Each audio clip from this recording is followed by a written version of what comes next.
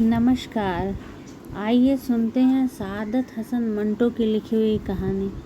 सआदत हसन मंटो उर्दू के एक प्रसिद्ध लेखक रहे हैं। उन्होंने फिल्मों में पटकथा भी लिखी है और वो पत्रकार भी रहे हैं। तो आइए चलते हैं और उनकी एक रचना अनारकली सुनते हैं। नाम उसका सलीम था, मगर उसके यार दोस्त उसे शहजादा सलीम कहते थे। गालिबन इसलिए कि उसके कदो खार मुगलई थे, खूबसूरत था, चाल ढाल से रौनक टपकती थी। उसका बाप PWD के दफ्तर में मुलाजिम था। तनख्वाह ज़्यादा से ज़्यादा 100 रुपये होगी, मगर बड़े ठाठ से रहता। जाहिर है कि रिश्वत खाता था। यही वजह है कि सलीम अच्छे से अच्छा कपड़ा पहनता, जेब खर्च भी उसको काफ़ी मिलता था, इसलिए वो अपने वालिदैन का इकलौता लड़का था। जब कॉलेज में था तो कई लड़कियां उस पर जान छिड़कती थी, मगर वो बेइतनाई बरतता। आखिर उसकी आंख एक शोख और शंग लड़की जिसका नाम सीमा था लड़ गई। सीमा ने उससे राह और रस्म पैदा करना चाहा। उसे यकीन था कि वो उसकी इल्तिफाक हासिल कर लेगा। नहीं, वो तो यहाँ तक समझता था कि सीमा उसके कदमों पर गिर पड़ेगी और उसकी ममनून मुतशक्कर होगी कि उसने मोहब्बत की निगाहों से उसे देखा।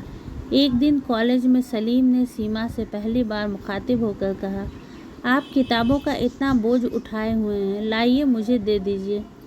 मेरा तांगा बाहर मौजूद है, आपको और इस बोझ को आपके घर तक पहुंचा दूंगा। सीमा ने अपनी भारी भरकम किताबें बगल में दबाते हुए बड़े खुश्क लहजे में जवाब दिया, आपकी मदद की मुझे कोई ज़रूरत नहीं, बहरहाल शुक्रिया अदा किए देती हूँ। शहजादा सलीम को अपनी ज़िंदगी का सबसे बड़ा सदमा पहुँचा। चंद लम्हात के लिए वो अपनी खिफ़त मिटाता रहा। इसके बाद उसने सीमा से कहा, औरत को मर्द के सहारे की ज़रूरत होती है। मुझे हैरत है कि आपने मेरी पेशकश को क्यों ठुकरा दिया। सीमा का लहजा और ज़्यादा खुश्क हो गया। औरतों को मर्द के सहारे की ज़रूरत होगी, मगर फ़िलहाल मुझे ऐसी कोई ज़रूरत महसूस नहीं होती। आपकी पेशकश का शुक्रिया मैं अदा कर चुकी हूँ, इससे ज़्यादा आप और क्या चाहते हैं। ये कहकर सीमा चली गई। शहजादा सलीम, जो अनारकली के ख्वाब देख रहा था, आंखें झपकाता रह गया। उसने बहुत बुरी तरह शिकस्त खाई थी। इससे कबल उसकी ज़िंदगी में कई लड़कियां आ चुकी थी जो उसके अबरू के इशारे पर चलती थी, मगर यह सीमा क्या समझती है अपने आप को। इसमें कोई शक नहीं कि खूबसूरत है। जितनी लड़कियां मैंने अब तक देखी हैं उनमें सबसे ज़्यादा हसीन है, मगर मुझे ठुकरा देना ये बहुत बड़ी ज़्यादती है। मैं ज़रूर इससे बदला लूँगा, चाहे कुछ भी हो जाए। शहजादा सलीम ने उससे बदला लेने की कई स्कीमें बनाई, मगर बराबर साबित न हुई। उसने यहाँ तक सोचा कि उसकी नाक काट डाले।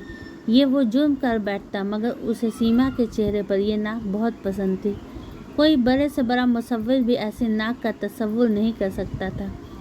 सलीम तो अपने इरादों में कामयाब न हुआ, मगर तकदीर ने उसकी मदद की। उसकी वालिदा ने उसके लिए रिश्ता ढूंढना शुरू किया। निगाहे इंतखाब आखिर सीमा पर पड़ी, जो उसकी सहेली की लड़की थी। बात पक्की हो गई, मगर सलीम ने इनकार कर दिया। इस पर उसके वालिदैन बहुत नाराज़ हुए। घर में 10-12 रोज़ तक हंगामा मचा रहा। सलीम के वालिद ज़रा सख्त तबीयत के थे। उन्होंने उससे कहा, देखो, तुम्हें हमारा फ़ैसला कबूल करना होगा। सलीम हठधर्म था। जवाब में ये कहा, आपका फ़ैसला कोई हाई कोर्ट का फ़ैसला नहीं। फिर मैंने क्या जुर्म किया है जिसका आप फ़ैसला सुना रहे हैं। उसके वालिदैन को ये सुनकर तैश आ गया। तुम्हारा जुर्म कि तुम नाखल्फ हो, अपने वालिदैन का कहना नहीं मानते, उदुल हुक्मी करते हो। मैं तुम्हें आग कर दूंगा। सलीम का जोश ठंडा हो गया। लेकिन अब्बा जान, मेरी शादी मेरी मर्ज़ी के मुताबिक होनी चाहिए। बताओ, तुम्हारी मर्ज़ी क्या है। अगर आप ठंडे दिल से सुने तो मैं अर्ज़ करूं, मेरा दिल काफ़ी ठंडा है। तुम्हें जो कहना है फ़ौरन कह डालो। मैं ज़्यादा देर इंतज़ार नहीं कर सकता। सलीम ने रुक कर कहा, मुझे एक लड़की से मोहब्बत है। उसका बाप गरजा, किस लड़की से। सलीम थोड़ी देर हिचकिचाया। एक लड़की है।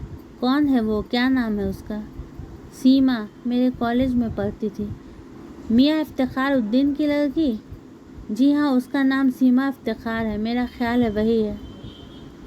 उसके वालिद बेतहाशा हंसने लगे। ख्याल के बच्चे, तुम्हारी शादी उसी लड़की से करार पाई है, क्या वो तुम्हें पसंद करती है?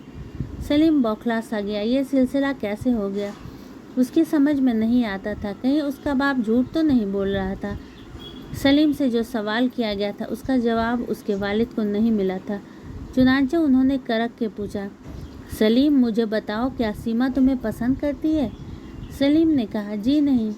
तुमने ये कैसे जाना? उससे एक बार मैंने मुख्तसर अल्फाज में मोहब्बत का इजहार किया, लेकिन उसने मुझे तुम्हें दरखूर इतना न समझा। जी हाँ, बड़ी बेरुखी बरती।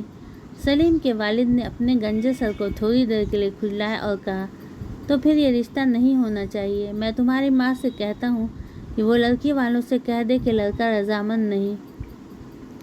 सलीम एकदम जज्बाती हो गया। नहीं अब्बा जान, ऐसा ना कहिएगा। शादी हो जाए तो सब ठीक हो जाएगा। मैं उससे मोहब्बत करता हूँ और किसी से मोहब्बत अकारत नहीं जाती, लेकिन आप लोगों को, मेरा मतलब है सीमा को, ये पता न लगने दीजिए कि उसका ब्याह मुझसे हो रहा है, जिससे वो बेरुखी और बेइतनाई का इजहार कर चुकी है।